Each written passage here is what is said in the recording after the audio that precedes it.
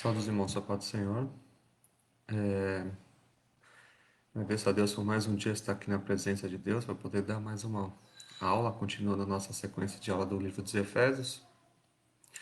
Eu estou em outra casa hoje, então peço desculpas se vocês ouvirem barulhos no fundo, porque eu estou na casa de um tio meu e vou tentar fazer a lição num quarto aqui enquanto meus filhos estão lá fora. Então, se vocês ouvirem criança, por favor, me perdoe. A ideia é passar com os irmãos a lição de Efésios, dando continuidade à intercessão pelos Efésios na lição 10. Como falei, a revista é da Igreja Eleita, pelo sangue de Cristo e selada, Espírito Santo da promessa. Mas antes de iniciar, eu vou fazer uma oração com vocês. Olhem comigo. Senhor nosso Deus, eu te agradeço por mais uma vez estar na sua presença. Te agradeço por tudo que o Senhor tem feito conosco. Pai, venha se fazer presente nesse ensino, Senhor, que através da palavra falada, elas possam penetrar no coração daqueles que estão ouvindo, Senhor, daqueles que estão assistindo, nossos amigos, nossos ouvintes, nossos irmãos em Cristo. Senhor, que o Senhor possa fortalecer a vida deles com essa palavra. Pai, que todo impedimento caia por terra, Senhor, que apenas seja foco aqui o Senhor, que o Senhor cresça e eu diminua. Pai, te agradecemos por mais uma semana que tem nos dado vida, que tem selado nossas portas contra uma doença mundial. Te agradecemos, Pai, porque o Senhor está conosco todos os dias. Seja conosco nesse ensino, Pai, que essa mensagem possa quebrar fronteiras, Pai, chegar aonde não conseguimos ir. Te agradecemos por tudo, em nome de Jesus. Amém. Então, nós temos a lição da Igreja Eleita, segundo trimestre, do dia 7 de junho. Estamos terminando já quase a revista, já falta 11, 12, 13, que é a Batalha Espiritual, chegando até o livro 6, capítulo 6. Novamente, peço aos nossos queridos ouvintes e ouvidos e pergunto: vocês leram o livro de Efésios? Estamos acabando o livro de Efésios. Estamos no 3, 4, depois pegamos o 5 e o 6. Mas o livro de Efésios só tem 6 capítulos, é interessantíssimo ler, faz parte do acompanhamento dessa aula para que o irmão possa, e amigo possa estar entendendo o que eu estou falando, possa comparar com a sua Bíblia, igual os bereanos fizeram. Então, leia o livro de Efésios, dedique um momento da sua devocional à leitura, um capítulo por dia, você termina isso em uma semana. Então, o objetivo geral da lição de hoje é aprender a eficácia da oração no fortalecimento, restauração e crescimento espiritual da igreja. Qual a importância da oração para o cristão? Oração para o cristão. Qual a importância? E aqui a lição vai trazer isso, do fortalecimento, na restauração e no crescimento. Vamos refletir acerca dos propósitos da oração de Paulo, no poder do Espírito. Vamos destacar as necessidades da igreja, que está arraigada e fundada no amor de Deus. Vamos falar bastante sobre isso novamente e reforçar isso. Conscientizar que Deus é capaz de fazer muito mais do que a gente pede. Nós temos uma cabeça, pedimos algumas coisas, mas Deus vai sempre além. Então, o livro de Efésios, nossa leitura em classe, é o Efésios capítulo 3, do 14 ao 21. Aqui está errado, é 3. 14. Por causa disso, me ponho de joelho perante o Pai, nosso Senhor Jesus Cristo, do qual toda a família no céu e na terra toma o nome, para que, segundo as riquezas da sua glória, vos conceda que estejais corroborados ou encaixados ou adequados com o poder pelo seu Espírito no homem interior, para que Cristo habite pela fé nos vossos corações, a fim de estarmos arraigados ou enraizados em algumas versões e fundados em amor ou fundamentados em amor. Poderes perfeitamente compreender com todos os santos quais seja a largura, e o comprimento e a altura e a profundidade. Aqui está dizendo uma dimensão. Qual é a dimensão do amor de Deus? Todos os santos é a profundidade e conhecer o amor de Cristo, que exerce todo entendimento para que sejais cheios de toda a plenitude de Deus. Ora, aquele que é poderoso para fazer tudo mais abundantemente, além daquilo que pedimos ou pensamos, segundo o poder que em nós nos opera. A esse a glória da Igreja, por Jesus Cristo, em todas as gerações, para todos sempre. Amém. É um texto que tem algumas palavras mais complexas, então o que que eu recomendo? Quando eu começar a ler, não entendeu a palavra, para, vai no dicionário, vê o que que significa aquela palavra e tenta pegar o sentido completo da mensagem.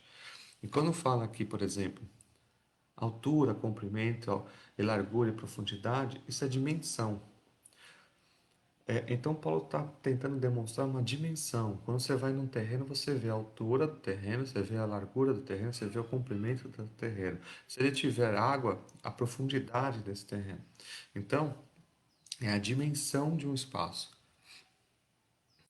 Corroborados significa a mesma coisa que em consonantes, em de acordo. Então, veja essas palavras um pouco mais complexas, não tanto no nosso dia a dia coloquial, e vai ver a tradução. E você consegue entender realmente o sentido literal do que está sendo escrito. Texto áureo. Por causa disso, me ponho de joelhos perante o Pai de nosso Senhor Jesus Cristo, do qual toda a família no céu e na terra tomou o nome. Verdade prática. Devemos interceder pelos eleitos de Cristo, para que eles sejam fortalecidos de poder, vivam em comunhão e exercitem o amor de Deus. Então, a verdade prática nos fala que a gente tem que orar para que as pessoas possam buscar o conhecimento, possam crescer e se fortalecer na graça de Deus, viver em comunhão e também praticar o amor. O ponto central é que devemos interceder uns pelos outros, devemos orar pelos outros, devemos ou interceder, levar ao Pai como um incenso agradável a todas as causas. Orar pelos doentes, orar pelas viúvas, orar pelos órfãos, orar pelas pessoas, pelos desempregados, orar para que as pessoas tenham juízo, para que dê sabedoria, para que a palavra de Deus entre realmente na vida da pessoa e faça raiz. Então devemos, como cristão, orar, tanto para nós como para o próximo. E orar para o próximo é a maior demonstração de amor. Quando alguém fala para mim que eu estou orando por você, Fernando, eu sei que aquela pessoa me ama. Porque a maior demonstração de amor é a pessoa orar por mim. Porque eu sei que ela está intercedendo por mim a Deus.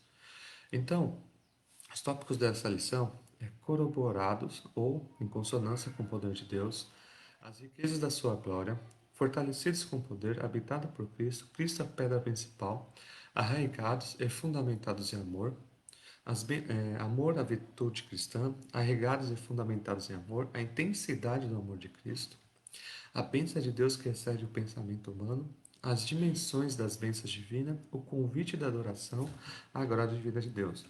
É impressionante como um livro tão pequeno como Efésios tem tanto ensinamento. Nós estamos aqui na 10ª lição, pegando versículo por versículo, assunto por assunto, e tem muita coisa. Por isso eu recomendo, se você que está nos assistindo agora está no 10ª lição, dá uma fuçada lá no site da nossa igreja, tem as outras 10 lições, as outras 9 lições lá em vídeo para que possa ser assistido desde o primeiro. E recomendo, faça esse estudo, veja, é, aprofunde-se em Efésios. Se não achou, manda mensagem, nós mostramos. Também temos no YouTube, o mesmo nome da igreja, para que possa ser visto lá quantas vezes forem necessárias. Então, o Paulo ele quer revelar, através do Efésios, com a permissão do Espírito Santo, com inspiração do Espírito Santo, o oculto e as dádivas que Deus tem dado para nós. Então, Paulo ele intercede para que nós aprendamos que Deus pode fazer tudo além do que pedimos, tudo, e pensamos, porque Ele é o único que deve ser glorificado. Então, nós iremos refletir sobre uma oração intercessora do apóstolo, que é mencionada em Efésios 3, que é o tema dessa lição. Paulo ele apresenta a sua oração. Ele demonstra como ele ora nas riquezas da glória de Deus, no Efésios capítulo 3, versículo 16. Então, Efésios capítulo 3, versículo 16. Do qual todo o corpo, bem ajustado e ligado, pelo auxílio de todas as juntas, segundo as justas operações de cada parte, faz o aumento do corpo para a edificação do amor. Então, Paulo, em sua intercessão, mostra aqui nas riquezas da glória de Deus. E ele já havia declarado o Pai da glória. Ele tenta ensinar que Deus, ele além de ser Pai da glória, tem riquezas e ele é abundante em riquezas.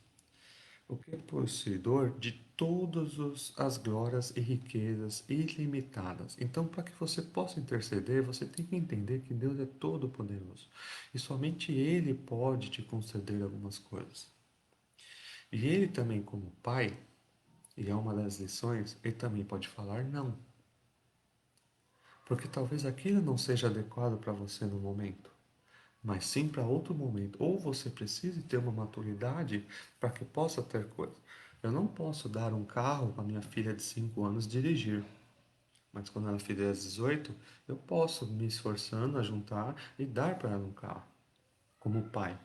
Mas se a minha filha de 5 anos me pede um carro, eu dou risada, porque ela não tem condições de dirigir um carro. É nesse sentido que o pai não é que ele não pode dar, ele está abundante de recursos, ele tem um dispenseiro rico e ilimitado de bênçãos. Mas a questão é que nós estamos em condição de receber o que a gente pede? Aquilo realmente é para a glória de Deus ou é para a minha glória? Quem vai ser exaltado com aquilo? Então, Paulo chega, manda a gente, pede para que a gente faça essa reflexão.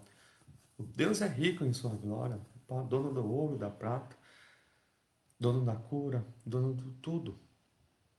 Nós temos que orar a Ele e pedirmos e interceder a nosso favor. Paulo nos ensina isso, Jesus nos ensina isso, os apóstolos nos ensinam isso.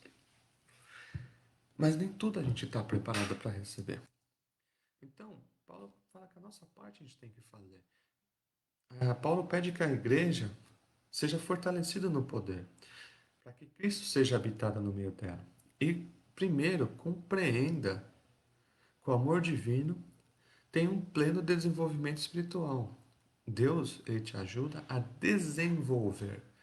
Do dia que você aceitou a Cristo até o dia que você for ao céu, ele te chamar ou por arrebatamento, ou for o dia da sua hora ou da minha hora de encontrarmos o Pai, particular ou o coletivo em arrebatamento, nós estamos crescendo diariamente. Tem que estar crescendo diariamente, aperfeiçoando. E a oração é um dos métodos da gente crescer espiritualmente. Porque nós vamos ter relacionamento com o Pai, a gente conversa com Ele e vamos entendendo a vontade de Deus. Podemos pedir qualquer coisa. A oração, Jesus fala que se tiveres fé e não duvidarem, pode orar e falar que esse monte sai e precipite para o mar. Existem diversos exemplos na Bíblia sobre oração, mas a oração fundamentalmente ela é usada para fortalecimento da igreja, para que Cristo seja habitado, para um relacionamento. Então, o primeiro pedido do apóstolo Paulo é que a igreja tenha em consonância com o Espírito de Deus que está dentro dele. Então, que a gente seja fortalecido no poder, orando, mas em consonância com as vontades do Espírito Santo. Ele não quer dizer que a igreja não tinha o Espírito Santo, não, para que ela fosse continuamente revigorada. Então a oração, o pedido de oração, o fortalecimento espiritual tinha que ser constante. E nos seus pedidos de oração tinha que orar um pelos outros, para que outra pessoa crescesse, para que outra pessoa fosse liberta, para que você fosse liberto, para que você crescesse, para a nossa edificação. Então, Paulo traz um pouco da oração no sentido de fortalecimento e não no sentido de pedir alguma coisa para o meu benefício próprio ou para o meu prazer próprio, mas sim para que eu possa ser fortalecido diariamente e constantemente na vontade de Deus. Então, Paulo nos ensina e ensina a igreja de Éfeso para que a igreja fosse continuamente revigorada com o poder de Deus, através da oração. Consequentemente, um fortalecimento diário. 1 Coríntios 16, 13. 1 Coríntios 16, 13. Vigiai, estar firmes na fé, portai-vos varonilmente e fortalecei-vos. Como se fortalece? Orando, jejuando, estudando, crescendo, aprendendo, comunhão, amor ao próximo. E assim vai. Você vai crescendo, você vai. E a oração, a intercessão para os próximos, a intercessão por outras pessoas, a intercessão pelos seus filhos, pela sua família. Você tem que orar para que você possa se fortalecer, para que você possa reforçar essa intimidade com Deus. Então, Esse crescimento não é só orar para pedir algo bem material, não, orar para que você possa ser revestido, para que você possa ser liberto, para que você possa crescer continuamente no Espírito. Então, Paulo nos ensina isso. Paulo enfatiza que a única força que habilita o cristão a se manter firme vem do Espírito Santo. O que nos faz ficar em pé diante da dificuldade, que nos ajuda a crescer o fruto do Espírito de longanimidade, que é estar em pé diante da dificuldade, é o Espírito Santo. Então a intimidade com Ele, a comunhão com Ele, a conversa com Ele, quanto mais ligado, mais você tem essa firme convicção, mais você tem a condição de estar, porque isso não provém de ti, provém do Espírito Santo no qual. Então, Paulo nos ensina isso. E também está registrado em João 14, 16 e 17. João 14, 16 e 17. E eu rogarei ao Pai, orando, e ele vos dará outro consolador, para que fique convosco sempre. O consolador está com a gente. Conversa com ele. Quem é selado pelo Espírito Santo tem o Espírito, e é o Espírito de verdade, que o mundo não pode receber. Só tem o Espírito Santo dentro de si aquele que aceitou a Cristo. Aquele que é um pequeno Cristo não é um crente, ele é cristão, porque ele é um pequeno Cristo. Ele não é apenas um ouvinte, ele é um praticante. Ele quer que seja visto Cristo nele. Porque não o vê nem o conhece, o mundo não conhece o Espírito Santo. Mas vós conheceis, aqueles que são salvos conhecem, porque habita convosco, estará com vós. Morará, ele está aqui, dentro do coração, dentro do nosso ser, nos falando conosco. Então a comunhão com ele é essencial para o cristão. E ele vai te ajudar a perseverar, ele vai te manter afastado do pecado, ele vai te ajudar a compreender as coisas espirituais. 1 Coríntios 2, 12 e 16. 1 Coríntios, capítulo 2, versículo 12 ao 16. Mas nós não recebemos o Espírito Santo do mundo, mas o Espírito que provém de Deus, para que pudéssemos conhecer o que nos é dado gratuitamente, as quais também falamos, não com palavras que a sabedoria ensina, mas com que o Espírito Santo ensina, comparando as coisas espirituais com coisas espirituais. Então, aquele que é selado pelo Espírito Santo e tem a comunhão íntima, orando constantemente, falando com ele constantemente, ouvindo-o constantemente, é diferente. Porque aí o Espírito Santo o ajuda a perseverar, o ajuda a se afastar do pecado e ajuda a pessoa a compreender mais os mistérios de Deus. É um crescimento espiritual. O apóstolo também orou para que Cristo habitasse pela fé nos corações dos santos. O que também não significa dizer que Cristo não estava presente na igreja de Éfeso. Não. Ele estava reforçando para que ele continuasse habitando, para que Cristo habite no coração das pessoas. No versículo em questão, ele usa a palavra katoiken, que significa habitação permanente ou casa permanente. É bem diferente de uma casa temporária. Tem gente que acha que Cristo é casa de veraneio, só usa quando precisa. O coração dele só vai usar Cristo quando precisa, quando está apertado, quando o Covid está batendo na porta, ou quando está doente, ou quando está desempregado. Só precisa de Deus quando está. É casa de. Sabe aquela casa de praia que você só vai quando você precisa? Não. Paulo nos ensina que Cristo tem que ter habitação permanente no coração, todos os dias, todos os momentos, de manhã, de tarde e noite, de manhã, de tarde e noite. Tem que fazer parte do seu pensamento, tem que fazer parte do seu louvor, tem que fazer parte da sua conversa. A Cristo tem que habitar em você permanentemente. Então, habitadas por Cristo indica que a oração apostólica reforçava que os Efésios teria que Cristo habitasse continuamente na vida da igreja. Uma igreja sem ser cristocêntrica é uma igreja que está fadada ao fracasso. Então, Paulo ratifica que sem Cristo a igreja não pode subsistir. Uma igreja sem Cristo, ela não fica em pé. Aqui a igreja, eu não estou falando templo, tá? Local de culto, estou falando a pessoa. Uma pessoa sem Cristo que não habita constantemente no coração, todos os dias, ela não fica de pé contra as forças do mal. Mateus 16:18. E não sou eu que estou falando, é a Bíblia. Por isso que eu gosto de abrir aqui. Pois também eu te digo que tu és Pedro, e sobre esta pedra edificarei. Sobre você, Pedro, vou edificar a minha igreja. E as portas do inferno não prevalecerão sobre ela. Então, Cristo falando que ele, como pedra da esquina, sobre esta pedra, sobre eu, você vai ser edificado em cima de mim, sobre esta pedra vai ser edificado. Não sobre Pedro, mas sobre Cristo. Para que Pedro habite em cima dos fundamentos de Cristo. Como a gente falou na última aula, o fundamento de quem? Da pedra de esquina que os construtores rejeitaram foi a pedra principal, é Cristo. Então, se a sua casa não estiver fundamentada em cima de Cristo, ela cai. Então, a síntese do tópico 1 é que o poder e a presença de Cristo capacitam e ajudam as pessoas a prosseguirem vitoriosos na jornada cristã. Então, a intercessão que Paulo fala é que fique em comunhão com Deus, continue em comunhão, interceda pelos próximos, interceda pelos irmãos, interceda pela sua família, ore a Deus, faça essa ligação íntima com Deus para que Ele continue habitando dentro do seu coração. Para que o Espírito Santo faça morada na sua vida e Ele te proteja do pecado, te ajuda a fortalecer no momento difícil e te consola no momentos tristes.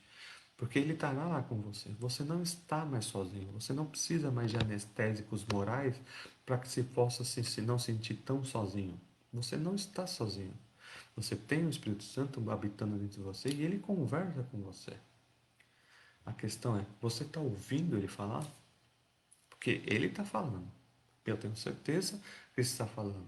E a Bíblia reforça isso, que Ele fala conosco todos os dias. Mas a questão é, você está ouvindo o Espírito Santo? Paulo fala que o cristão ele tem que estar arraigado e fundamentado em amor. Então, no princípio muito simples, se Cristo é a pedra de esquina, a pedra fundamental, onde nós construímos em cima dele a nossa vida, então se a gente está fundamentado no amor que é Cristo, a virtude do amor de Cristo tem que ser refletida em nós. Portanto, inadmissível uma pessoa que se diz crente, cristã, crente só acredita, cristã, e não ter amor. Isso não existe. Mas, Fernando, não, não existe. Bíblia. Aquele que não ama não conhece a Deus, porque Deus é amor. 1 João 4:8. Não existe cristão que não ama. Ele é apenas crente. Ele só crê, de vez em quando vai na igreja, de vez em quando lê, de vez em quando ora. Quando aperta, ele vai orar um pouquinho mais, vai fazer campanha, sobe um monte, desce um monte, vai, sei lá, para qualquer lugar. Porque só vai conforme não ama o próximo, não respeita o próximo, os seus negócios não são lícitos, não respeita a família, mas está na igreja, mas não é cristão. O cristão não. O cristão ele é enraizado, porque ele está fundamentado em cima do amor. Então ele pratica o amor. Porque foi o amor que Cristo se entregou para resgatar a humanidade. É o amor que é o resumo da lei dos profetas, os dois fundamentos: amar a Deus como a si próprio e amar ao próximo como a si próprio. É o sinal dos discípulos de Cristo, João 13:35. Discípulos de Cristo ama, João 13:35.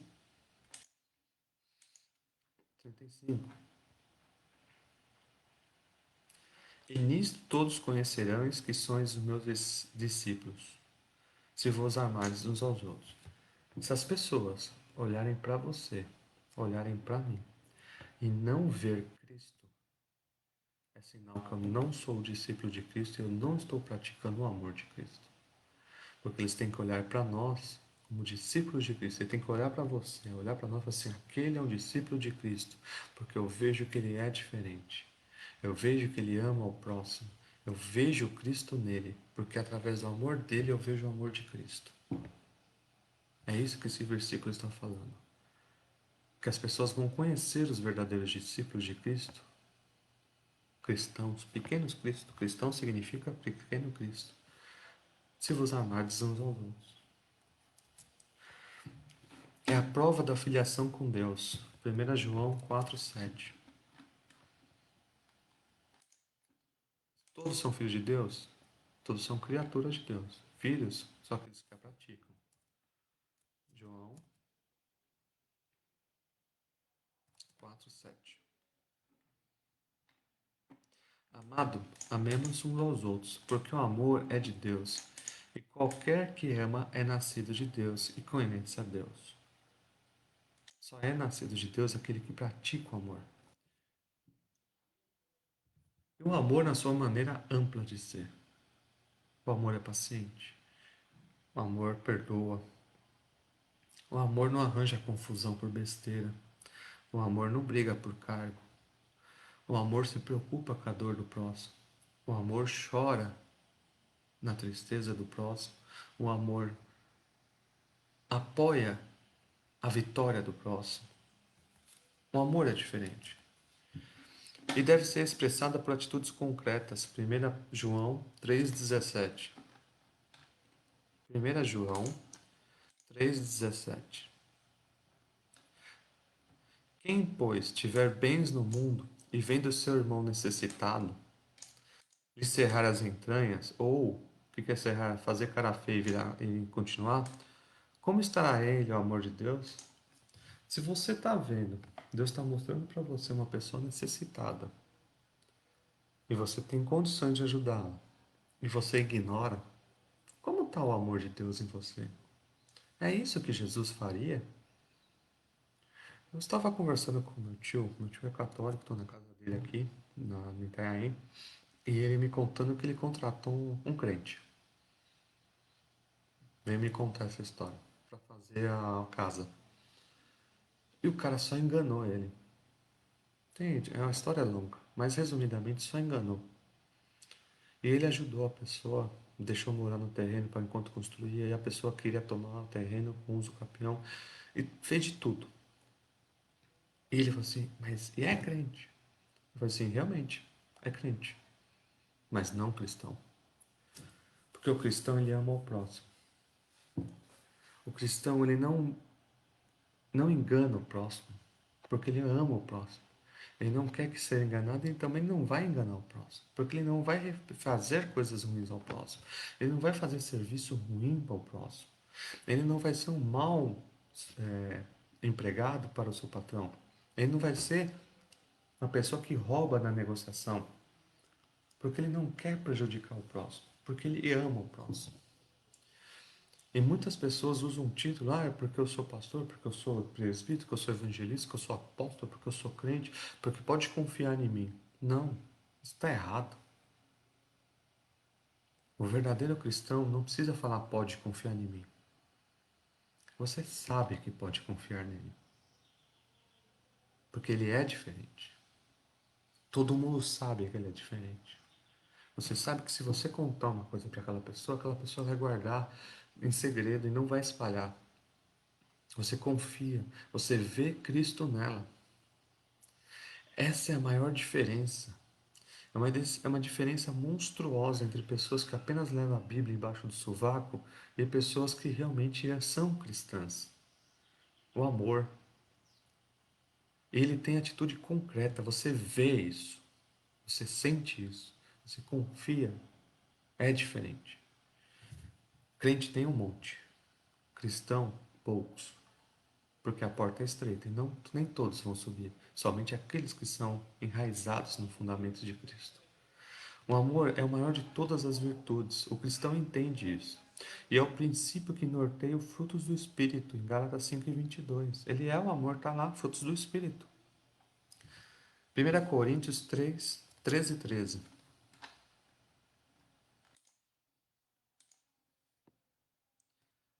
Agora, pois, permanecem a fé, a esperança e o amor. Estes três, mas o maior é o amor, mais do que a tua fé.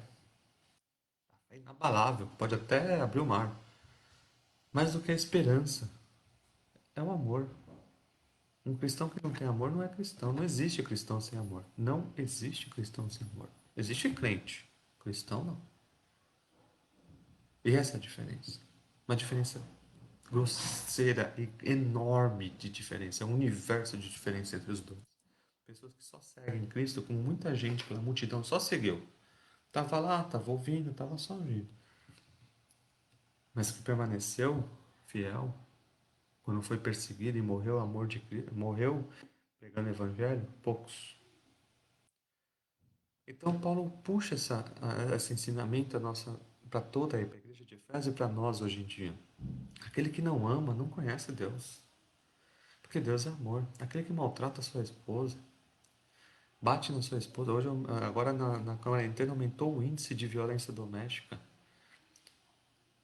Você não é crente, você é um covarde. Você não é um cristão. Um cristão conhece o papel da esposa, como, como Efésios 5 fala, e o homem tem um papel como Cristo amou a igreja. Ele compara a gente a Cristo, o homem, chefe da família. Está em Efésios 5, é só ler. Tem o papel do homem, o papel da mulher dentro da casa, e coloca o homem no papel falando: amai a vossas esposas como Cristo amou a igreja. Não é o foco da lição de hoje.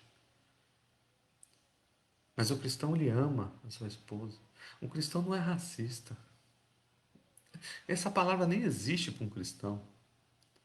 Porque cristão, ele lê a Bíblia que não faz acepção de pessoa, ele não é racista, ele não tem sentido isso para um cristão, ele colocar uma pessoa inferior a ele, porque isso não existe para o cristão. Somente para pessoas que não entenderam o Evangelho. Porque a graça é abundante a todos. Ao rico, ao pobre, ao branco, ao negro, ao oriental, à pessoa com deficiência, à pessoa sem deficiência. A graça vai até para o homossexual, para o ateu, para o pedófilo, para o assassino, para todos. A graça é estendida a todos. E o cristão entende isso, porque a missão dele é ir de pregar o evangelho a todas as criaturas, sem exceção. Então, no mundo onde a gente está vendo essas coisas, o mal da humanidade sendo descarada, porque isso sempre existiu. E eu concordo com o Will Smith, que ele fala numa mensagem recentemente. O racismo sempre existiu, agora está sendo filmado.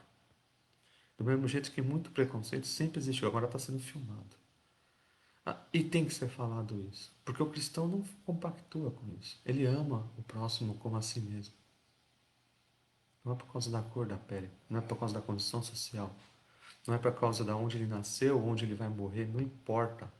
O cristão, ele ama o próximo, porque o princípio cristão norteia o fruto do Espírito, que é o amor. Então, Paulo, ele fala que a igreja verdadeira tem que estar enraigado, alicerçado em Cristo. E Cristo é amor.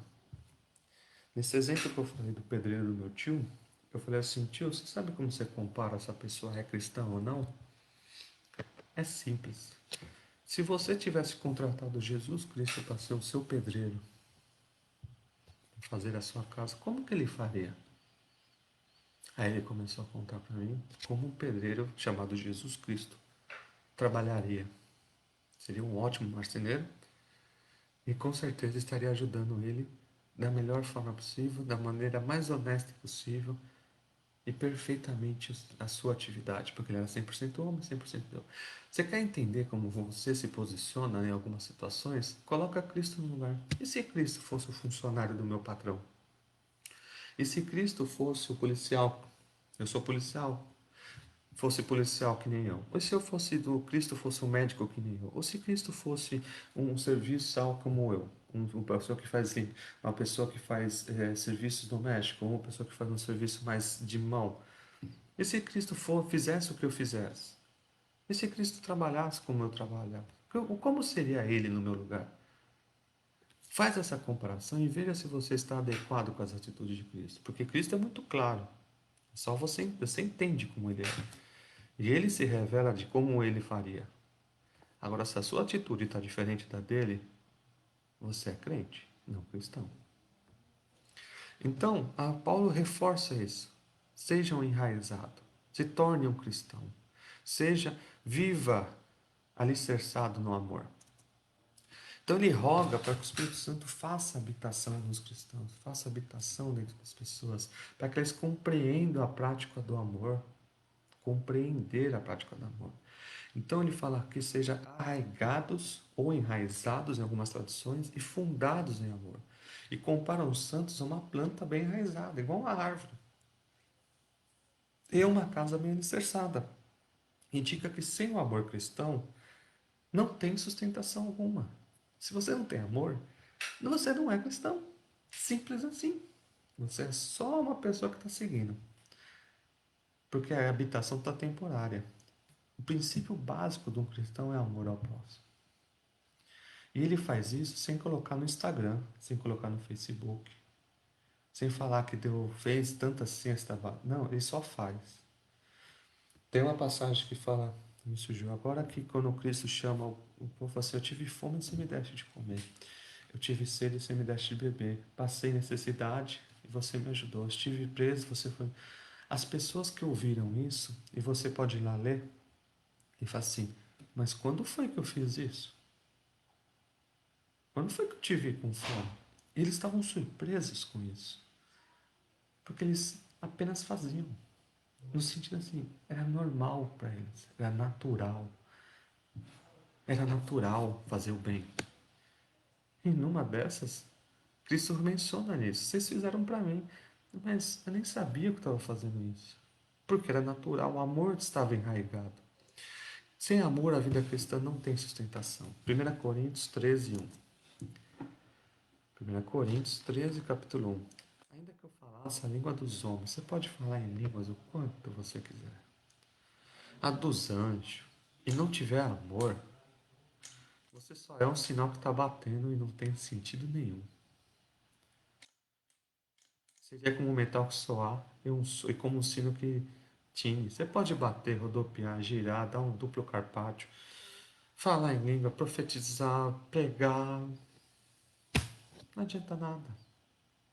Se chegar em casa e tua família não vê você como um cristão, não serviu para nada. Eu já dei esse exemplo na escola dominical lá na Cachoeirinha. Eu falei, parece que tem gente que quando está em casa quebra o pau. Chega na frente da igreja, coloca o terno da hipocrisia, vem adorar a Deus. Transforma. É tipo dupla personalidade. Ele tem uma personalidade de casa, quando vai na igreja é outra personalidade. Como eu já ouvi meu pai me ensinando uma vez. Vamos morar na casa, né? O filho fala para o pai, vamos morar na igreja, porque aqui o senhor é um santo. Né? Papai, mamãe, vamos morar aqui na igreja, que aqui vocês são tão. Vocês não brigam, vocês ficam. É hipocrisia. Então, Paulo insiste que a total compreensão da largura, do comprimento, altura e profundidade é o amor divino. Você só vai entender Deus, que é amor, que morreu por amor, que ressuscitou por amor, que vai voltar por amor, se você viver em amor. E se você não fizer isso, você não vai entender a largura, o comprimento, a profundidade e a altura do amor de Deus. Você não vai entender porque você não tem. O uso da expressão aponta para a vastidão do amor de Cristo, que excede todo entendimento, está acima da nossa capacidade. E a lógica humana não consegue mensurar o amor de Deus. O tamanho do amor. Com João 3,16, nos amou de tal maneira. A gente não tem nem palavra para poder classificar esse tal. Ele excede a nossa língua portuguesa e qualquer idioma humano. E quando Paulo fala está enraizado, estou retomando esse slide para que as pessoas entendam. É isso. É uma árvore. Você está fundamentado em Deus, fundamentado em Cristo Jesus, tem o selo do Espírito Santo e lê a Bíblia e a pratica. Jeremias 17, 7 e 8. Jeremias 17, 7 e 8. Bendito o homem que confia no Senhor e cuja confiança é o Senhor. porque será como a árvore plantada junto às águas, e que estende as suas raízes para o ribeiro, e não receia quando vem o calor, mas suas folhas ficam verdes no ano de sequidão. Ficam verdes no ano de sequidão.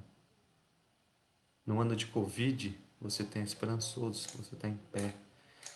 E não se fadiga, nem se de... não, e nem deixa de dar fruto. Que fruto? Frutos do Espírito. Gálatas 5:22. Mateus 13:23. Mateus 13:23. Mas o que foi semeado em terra boa e ouve e compreende, dá fruto e produz 100, 60 ou 30. Isso ele quer dizer com uma palavra que a gente conhece moderno e quem mexe com estatística sabe, chama exponencial. Dá fruto exponencial. Uma vez 100, mais 60 e outra 30. Salmos 1:13. Salmos, capítulo 1:13.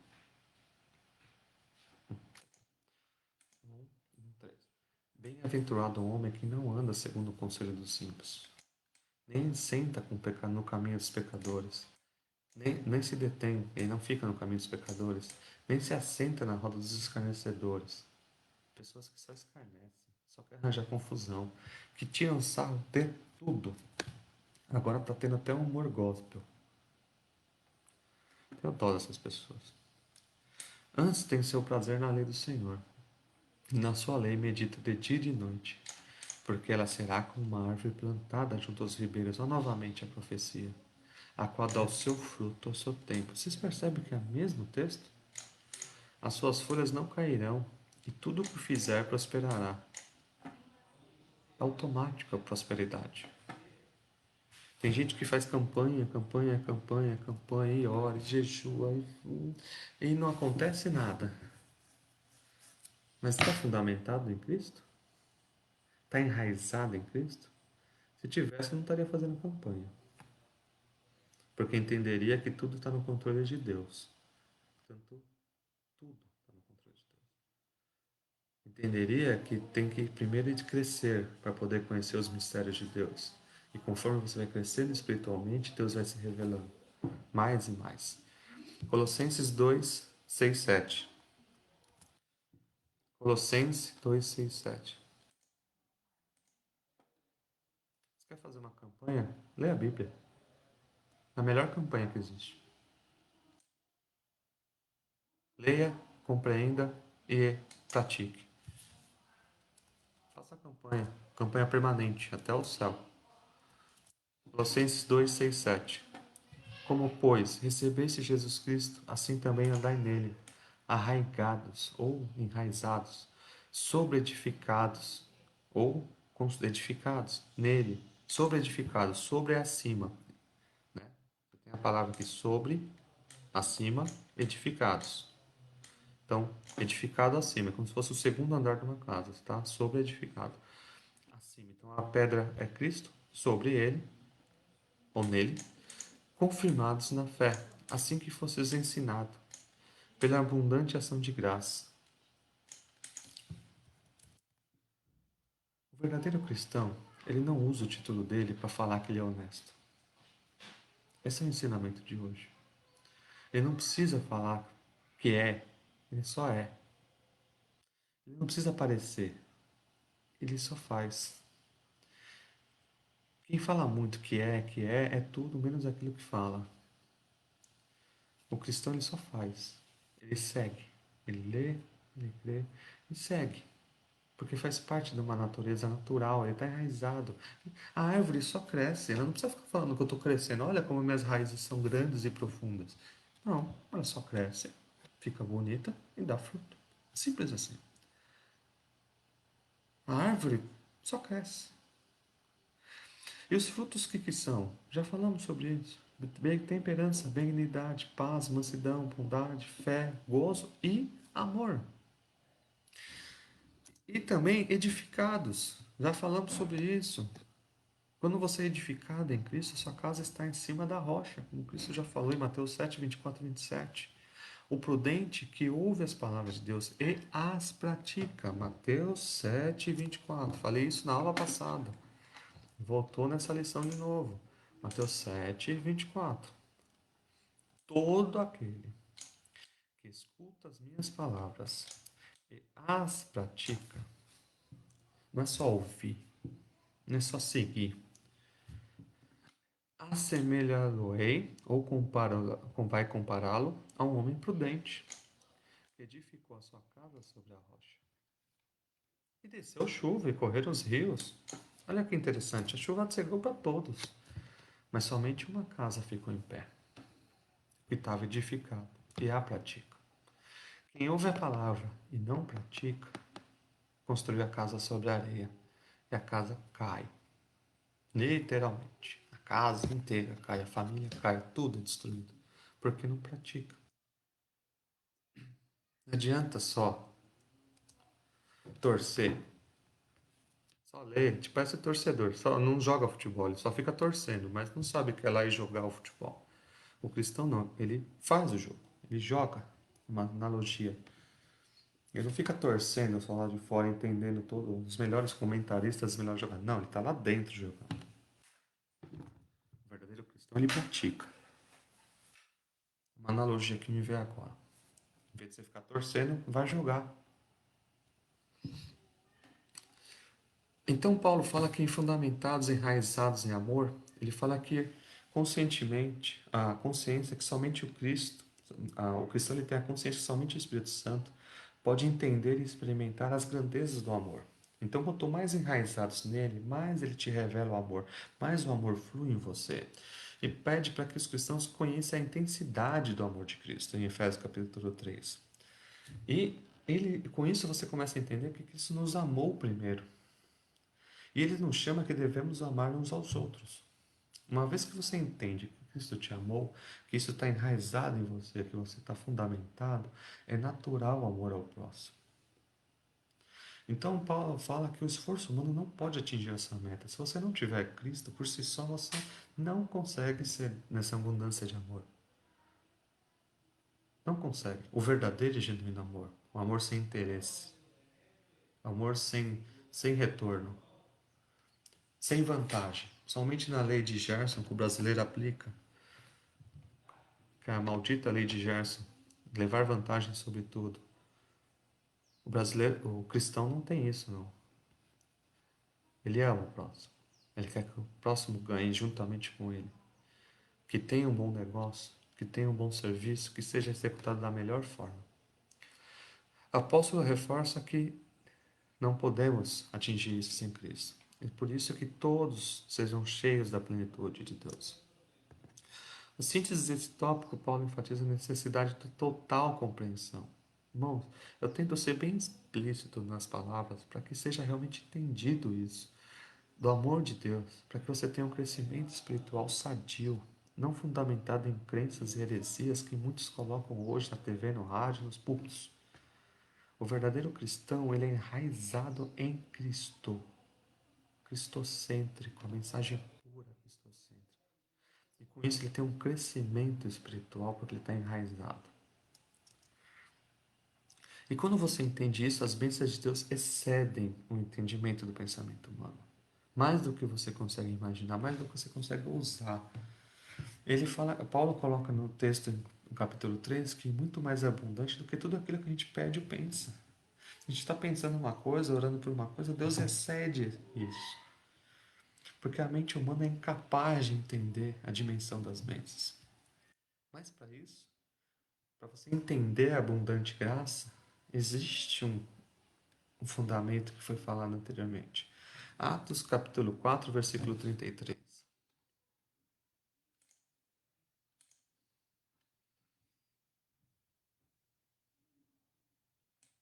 Os apóstolos davam, com grande poder, testemunho da ressurreição de Jesus.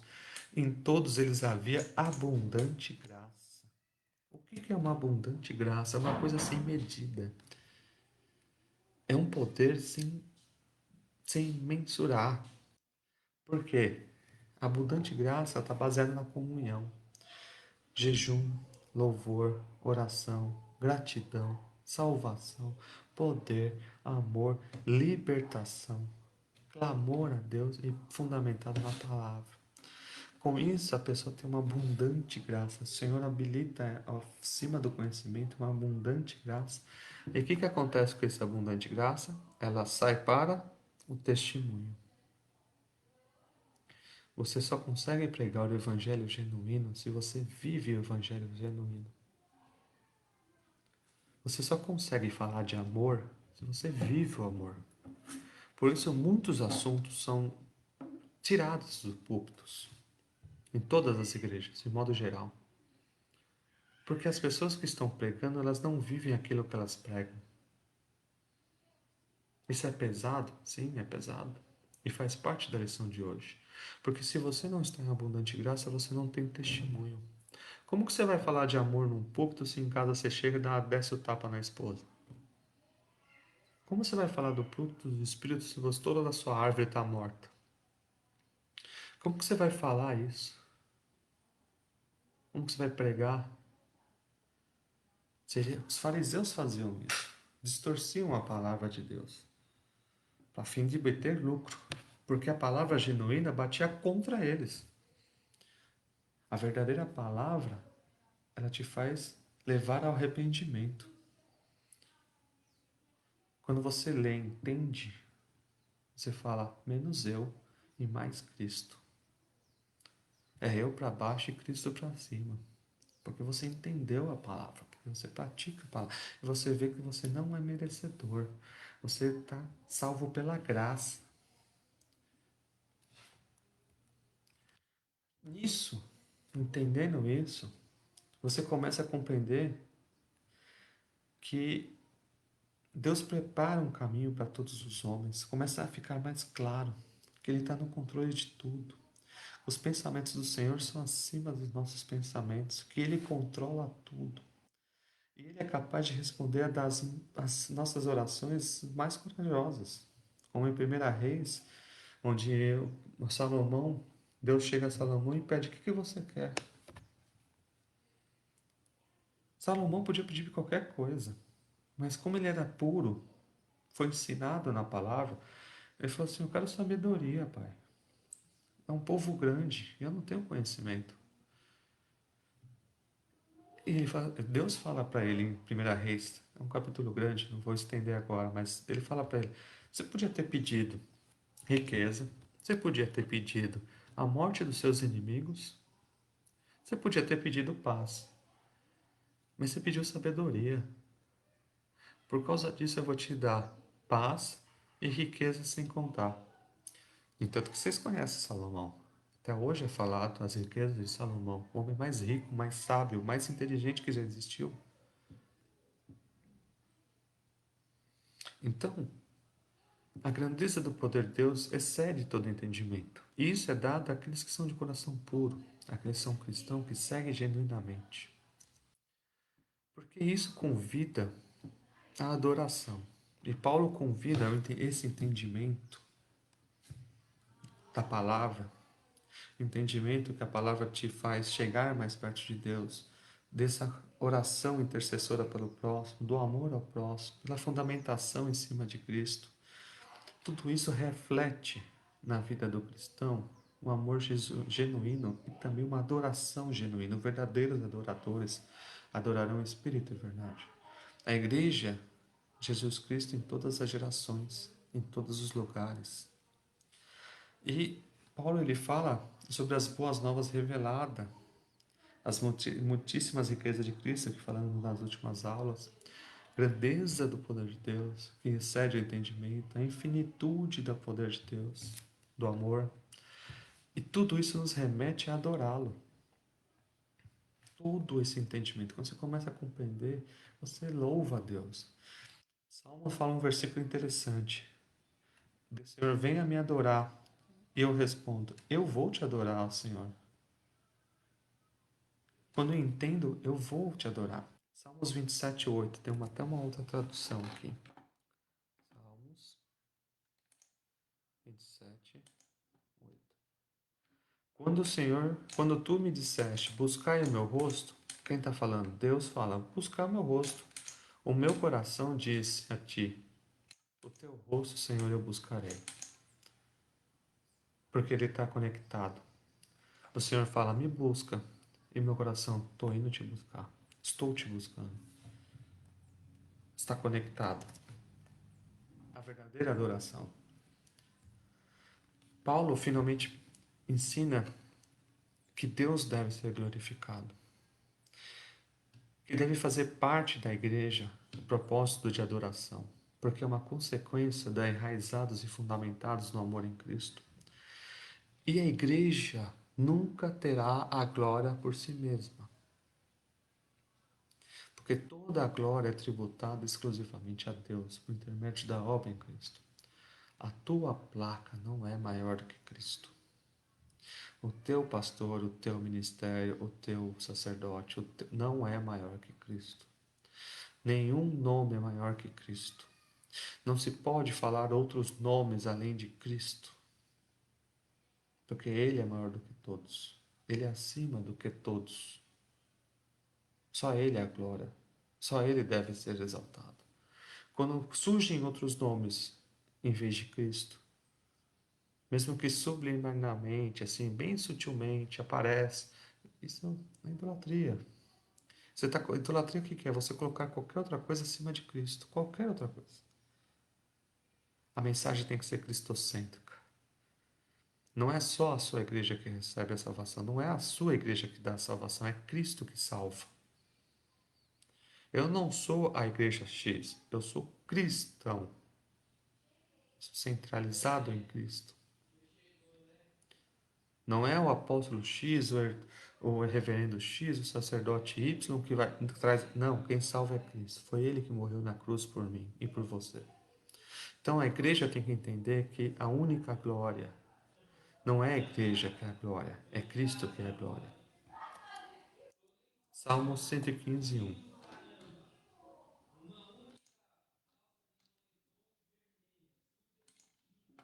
Não a nós, Senhor, não a nós, mas o teu nome dá glória, por amor da tua benignidade e da tua verdade. Não a nós. João 13, João capítulo 13, 31, 32. Tendo ele, pois, saído, disse Jesus: a glória é glorificada o Filho do Homem, e Deus é glorificado nele. Se Deus é glorificado nele, também Deus o glorificará em si mesmo, e logo não há de glorificar. Mensagem cristocêntrica. Então, Paulo fala na sua oração aos Efésios, no capítulo 3, que por todas as orações, todas as gerações, para tudo sempre, devemos louvar a Deus. O cristão fundamentado, enraizado, ele entende isso. Então, o último ensinamento do dia, para eu terminar, que eu já até estendi um pouco, mas hoje era importante. Um culto. O que é um culto? Culto de adoração a Deus, ele tem três pilares. Se você estiver num lugar onde não tiver esses três pilares, recomendo fortemente que você procure outro lugar. Deus é glorificado, Salmo 103, 1. Os salvos são edificados, são construídos, são alicerçados pela palavra cristocêntrica. 3. Essa palavra, quando enraizada no coração, que corta a medula, entre a divisão entre a alma e o corpo e a alma, lá, aquela palavra lá profunda, cristocêntrica, ela faz os incrédulos serem convertidos a Deus, a se entregarem dos seus pecados, a se livrarem dos seus pecados e entregarem a vida a Deus. E para que eles louvem a Deus, para que eles deem testemunho e preguem o Evangelho, para que eles salvem novas pessoas, para que eles louvem a Deus. Percebeu que é cíclico? Isso é o fundamento básico. Saiu disso, é anátema, não tem base bíblica. Deus tem que ser glorificado, a palavra tem que ser pregada, almas devem ser salvas, para que almas possam glorificar Deus, para que pregue a palavra, para que almas possam ser salvas. Isso é uma igreja, isso é o culto.